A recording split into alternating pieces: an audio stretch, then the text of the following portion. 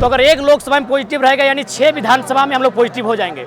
यदि गनीमत है अगर हम लोग 2-3 लोकसभा में पॉजिटिव रहे तो 15 से 18 विधानसभाओं में हम लोग पॉजिटिव रहेंगे।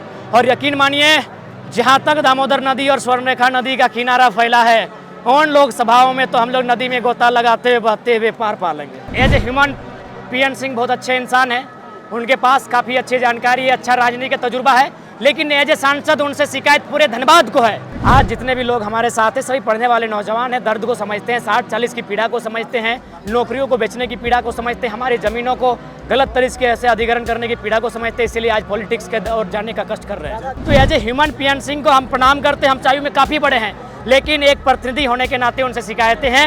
इसीलिए हम लोगों ने विनोद बाबू की जन्मभूमि और कॉमरेड एक राय की कर्मभूमि को चुनने का काम किया है। पूरे भरी सभा में हम लोग माताओं बहनों के साथ जमीन पर बैठे थे। जब आज एक मुख्य वक्ता के रूप में हम आमंत्रण किए गए थे, उसके बावजूद हम लगभग 3 घंटा जमीन पर बैठकर यानी हम लोग नए पैटर्न की राजनीति को संकेत दे दिए हैं कि अब हम लोग कुर्सी में और टेबल में बैठकर नहीं, खाटी में और माटी में बैठकर, माटी से जुड़े लोगों के साथ बैठकर राजनीति करने की प्रयास करेंगे। पार होता है उतनी सीटों पर लड़ेंगे। सबसे पहले हम लोग अपनी तैयारी की समीक्षा करेंगे। आज लगभग नहीं करने से 1000 के आसपास जनसभाएं हुई, 19 जिला 5 प्रमंडलों में हुई। तो हम लोग एक बार समीक्षा करेंगे कि हमारा जो सभा जो भीड़ बन के आए थे वो वोट में तब्दील करने के योग्य कहाँ कहाँ है, वहाँ हम लोग अपनी पूरी शक्ति के साथ 2024 के चुनावी समर में उतरने का कार्य करेंगे। आप लोग लोकसभा चुनाव भी लड़िएगा, जिस तरीके से आपने पीएन सिंह को टारगेट किया। झारखंड में 12 सांसद हैं, 14 सांसद, उसमें पीएन सिंह को सबसे ज्यादा नहीं बिल्कुल नहीं। धनबाद से चुनाव लड़ने की तैयारी कर रहे हैं? नहीं एक्चुअली है, सबसे पहले as a human P N बहुत अच्छे इंसान हैं, उनके पास काफ़ी अच्छी जानकारी है, अच्छा राजनीति का तजुर्बा है, लेकिन एज ए सांसद उनसे शिकायत पूरे धनबाद को है। यहाँ का हवाई अड्डा देवघर, यहाँ का अस्पताल देवघर, यहाँ की सारी योजनाएं देवघर, ऊपर से जब 60-40 की नीति का समर्थन करने गए तो युवाओं को डांट फटकार के भगाया गया। तो as a human P N को हम प्रणाम करते हैं, हम आयु में काफ़ी बड़े हैं, लेकिन एक प्रतिनिधि होने के नाते उनसे शिकायतें हैं। उसी शिकायत को हम यहाँ दर्शा रहे थे कि जो लोग गूंगे बहरे बन चुके हैं, जो हमारे हित में बात नहीं कर सकते हैं, 24 में वे लोकसभा विधानसभा का सपना देखना छोड़े। 24 में जयराम धनबाद लोकसभा से चुनाव लड़ेंगे?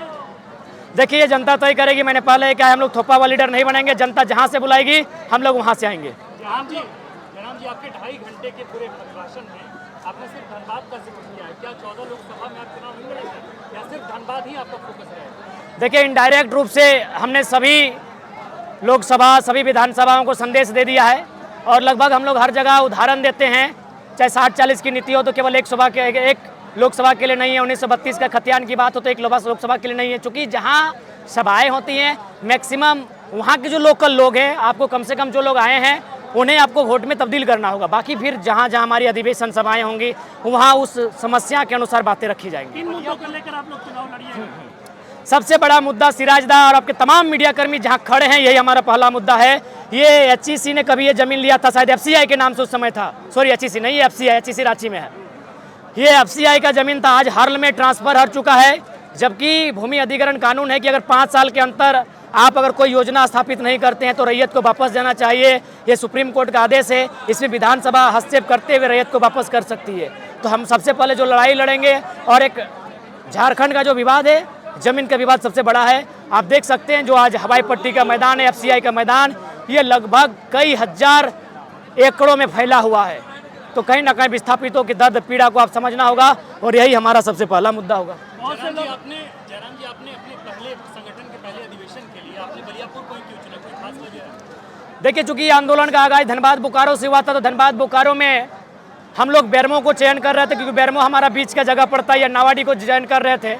लेकिन इसी बीच चर्चा हुई कि नहीं, विनोद बाबू उन्होंने 1972-73 में बदलाव के लिए किलकारी गुंजाने के लिए एक स्थापना किया था। आज 50 साल हो गए, तो हमने विनोद बाबू की विचारधारा, कॉमरेड ए.के. राय की विचारधारा इस माटी में जुड़ी है।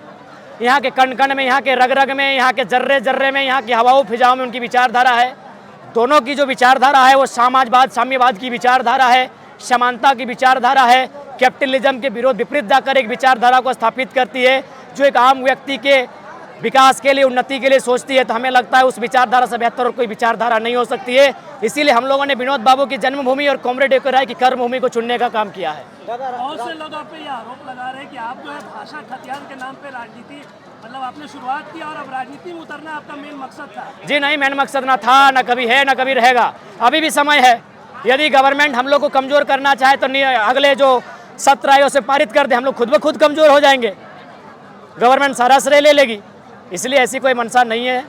आज जितने भी लोग हमारे साथ हैं सभी पढ़ने वाले नौजवान हैं, दर्द को समझते हैं, 60-40 की पीड़ा को समझते हैं, नौकरियों को बेचने की पीड़ा को समझते हैं, हमारी ज़मीनों को गलत तरीके से अधिग्रहण करने की पीड़ा को समझते हैं। इसीलिए आज पॉलिटिक्स के ओर जाने का कष्ट कर रहे हैं। जयराम जी, एक और सवाल है कि झारखंड में बीजेपी, कांग्रेस, जेएमएम, आरजेडी सभी के पास बहुत ही ज्यादा पैसा है, पैसों से मतलब वो लोग वोट खरीद के कुछ भी कर सकता है, तो ऐसे में आप कैसे एक्सेप्ट कीजिएगा? देखिए, मेरा मानना है कि हम लोग जैसा आज का अधिवेशन हुआ, जब ऐसा अधिवेशन प्रत्येक विधानसभा में होगा तो मुझे लगता है एक बदलाव की उम्मीद हम लोग देखेंगे। अगला अधिवेशन कहाँ हो सकता है दादा? चर्चाएं चल रही है, राजधानी में होगी या तो फिर कोल्हान के क्षेत्र में होगी या फिर पलामू प्रमंडल में होगी। तो लोकसभा हम लोग इसलिए जाएंगे क्योंकि हमारे राज्य में कहीं ना कहीं नुकसान में बीजेपी का भी रोल है। राज्य सरकार नीति को विधानसभा से पारित प्रस्ताव के रूप में करती है, वो राजभवन भेजती है, राजभवन में चूंकि केंद्र के राज्यपाल बैठे हैं, उनके द्वारा कंटिन्यू 2 बार रिजेक्ट होता है। तो उनको भी आभास होना चाहिए कि झारखंडी लोग अपने वोट के प्रति जागरूक है। आप कानून और संविधान की बात करते हैं, लेकिन उन्हीं कानून के तहत आप पे कई केस दर्ज है। इसी माटी से कई ऐसे नेता निकले हैं जो विधायक बने और सांसद बने और कुछ दिनों के बाद उनकी सदस्यता चली गई। जयराम ऐसा क्या करेंगे कि उनकी सदस्यता बची रहेगी और लंबे समय तक वो इस माटी की सेवा कर सकेंगे, यहाँ की राजनीति? देखिए, सबसे पहला बात, जितने भी केस हुए हैं बहुत फर्जी हुए हैं। और उसके बाद हमारी व्यक्तिगत महत्वाकांक्षा नहीं है कि सदन में हम जाएं। हम लोग एक विचारधारा के रूप में आए हैं।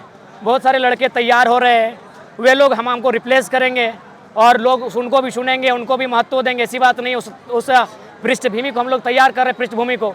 तो निश्चय ही हम लोग एक विचारधारा है और विचारधारा की लड़ाई है। हमारा शरीर रहे या ना रहे, एक नई विचारधारा झारखंड में स्थापित होगी और जो विस्थापितों के नियोजन नीतियों, स्थानीय नीतियों, विस्थापन नीतियों, खनन नीतियों, उन तमाम मुद्दों पर बढ़ चढ़कर मैंने मुखरता के साथ अपनी आवाज़ को रखे और पूरे दुनिया को बताए कि झारखंडियों के साथ कितना सौतेला व्यवहार हो रहा है। ऐसा है कि राजनीतिक दल का कि आपको सीएम बनना चाहिए, आपको सीएम के रूप में देखते हैं, लेकिन आप लोकसभा चुनाव लड़ने की बात करते हैं। तो देखिए, आप लोकसभा को छोड़ नहीं सकते हैं, वो हमारा सेमीफाइनल होगा।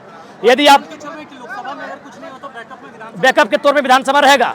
यदि मान के चलिए लोकसभा में हमारा एक भी पॉजिटिव रिजल्ट रहता है, तो अगर एक लोकसभा में पॉजिटिव रहेगा यानी 6 विधानसभा में हम लोग पॉजिटिव हो जाएंगे।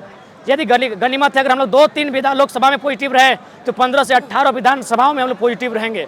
और यकीन मानिए, जहाँ तक दामोदर नदी और स्वर्णरेखा नदी का किनारा फैला है, उन लोकसभाओं में तो हम लोग नदी में गोता लगाते हुए बहते हुए पार पा लेंगे। पूरे भरी सभा में हम लोग माताओं बहनों के साथ जमीन पर बैठे थे।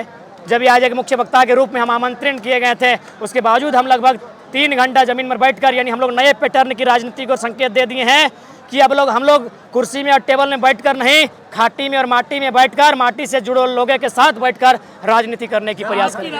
अगर आप चाहते हैं कि हमारे वीडियोस का नोटिफिकेशन आपको बिना देरी के मिलता रहे, तो आप इस चैनल को फॉलो और सब्सक्राइब जरूर कर लें। बाकी आप हमारे काम को लेकर कोई सुझाव हमें देना चाहते हो तो कमेंट बॉक्स में आप सादर आमंत्रित हैं। इसके अलावा हमारे वीडियोस आपको अलग अलग ठिकानों जैसे फेसबुक, इंस्टाग्राम, ट्विटर पर भी देखने को मिलेंगे, जिसके लिंक डिस्क्रिप्शन में डाल दिए गए हैं।